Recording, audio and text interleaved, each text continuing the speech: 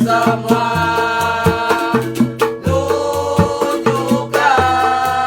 Tunjukkan oleh kita derita yang ada, derita kita semua.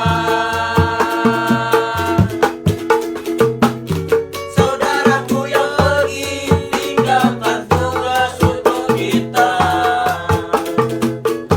Keringanan air mata jadikan lautan bermata. Besarnya bencana, lebih besarlah akibatnya. Tunjukkan oleh kita agar yang pergi tetap di surga. Saudaraku yang pergi, tak hanya tinggalkan nama. Saudaraku yang pergi, meninggalkan berjuta makna. Saudaraku yang pergi, membangunkan seisi dunia agar mengerti dalamnya makna hidup yang ada. Tunjukkan bahwa kita semua bersaudara. Luka mereka, luka kita semua.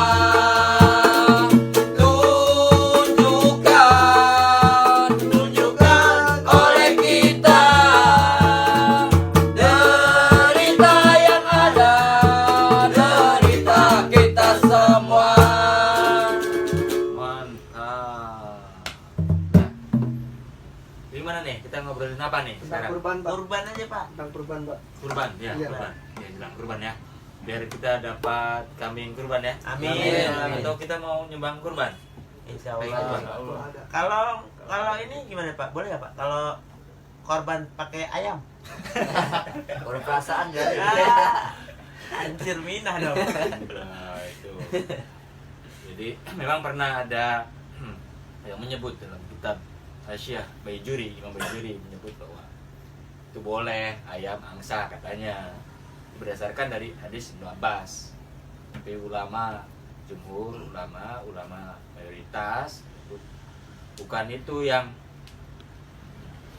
diperbolehkan untuk dikurbankan. Tapi contohnya yang umum biasa lazim digunakan untuk onta, lalu apalagi domba, sapi, kerbau, Udah. kuda, Boleh, Pak? kuda sebetulnya boleh juga, tetapi Ya. tidak menjadi prioritas, karena bukan itu ya. Makanya para wali dulu juga dia hati-hati. Nih, kita nih di Kudus, tradisi di Kudus, karena di situ ada orang Hindu dulu wali, nggak menyembelih sapi dia, tapi yang disembelih kerbau, ya, karena bisa mengorbankan perasaan umat Hindu. Oh, berarti kan harus dipikirkan maslahatnya ya. Nggak akhirnya ada tradisi menyembelihnya bukan sapi tapi kerbau. Orang-orang Betawi juga begitu. Kalau kalian di sini ya, kebanyakan daerah sini di Pisangan, orang masih menyembelihnya justru kerbau. Karena dulu kalau di sini kan banyak banyak orang-orang non Muslim yang menganggap, misalnya orang-orang Hindu menganggap sapi itu sesuatu yang yang disucikan, sehingga tidak boleh disembelih. Kita juga kan harus menghargai itu. Tapi bahwa intinya kita harus memberi pengorbanan kita yang terbaik. Gitu ya. Nah, nih, saya kalau kaya nih Pak Ustadz, kaya, jadi amin. juragan Weh. gendang nih. Saya mau korban tiap hari Pak Ustadz. Wih, itu mantap. Gimana Pak Ustadz? Boleh. Jadi misalnya kurban itu tidak harus sekali, nggak seperti haji ya nggak. Jadi kita boleh berkurban setiap tahun. Bahkan kalau misalnya konglomerat yang uangnya setiap hari dapat miliaran, ya, berarti per tahun kan berarti puluhan, mungkin belasan, ratusan miliar. Kayak dia ya udah harus betul-betul sunnahnya, sunnah muakkad yang harus dipaksakan karena dia duitnya banyak. Agar apa? Distribusi kekayaan itu bisa tersalurkan bukan hanya nunggu zakat, tapi ada pengorbanan kita terhadap harta kita agar yang lain ikut merasakan. Orang kaya biasa makan daging, sate, dan kambing itu biasa. Denny jarang pak. Denny jarang, itu makanya perlu ada pendistribusian semacam itu. Jadi karena inilah hebatnya indahnya Islam. Sebetulnya kan persembahan kurban itu ada pada agama-agama sebelum Islam ada, tapi mereka memberikan persembahan itu kepada Tuhan lain, pada sesembahan lain, atau untuk ritual tertentu gitu. Bahkan di masa dulu ada yang pengorbanannya manusia digorok gitu. Nah, hikmah dari kurban itu ceritanya itu kan cerita bagaimana kesediaan Nabi Ismail yang siap untuk disembelih oleh Nabi Ibrahim gara-gara perintah Allah melalui Jibril kepada Nabi Ibrahim yang disuruh menyembelih anaknya. Tapi kemudian ini sebetulnya cerita hikmah, kita memutus mata rantai yang semacam itu.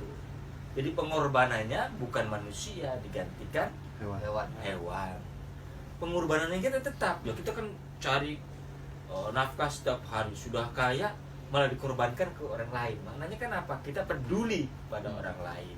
Orang lain yang tidak mampu hingga akhirnya dia merasakan gitu. Jadi ada distribusi kekayaan, ada kepedulian itu kira. Bukan hanya sholat yang diperintahkan, tapi juga berkorban yang diperintahkan.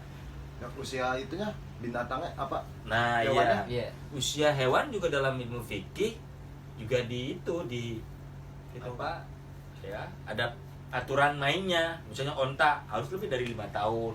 Cemeh berarti nggak boleh bos. Cempek. Ya, kalau kambing Jawa itu bisa usia yang lebih dari 1 tahun, 2 tahun gitu. Kecuali misalnya jenis domba ya di atas 6 bulan, 7 bulan sudah itu udah ada aturan mainnya. Nggak usah ribet-ribet sekarang orang yang jualan kambing kurban, sapi kurban dia udah tahu. Yang penting mah ada nggak duitnya buat kurbankan gitu. Biar gak korban Gitu. perasaan. Nah terus ini Doi, ada lagi? Kalau waktu saat penyembelihnya itu kapan Ustaz? Nah ya pas tanggal 10 Zulhijjahnya ya, 10 Zulhijjah tanggal 10 Zulhijjah sekaligus juga di hari tasyrik 11, 12, dan 13. Jadi ada waktu 4 hari.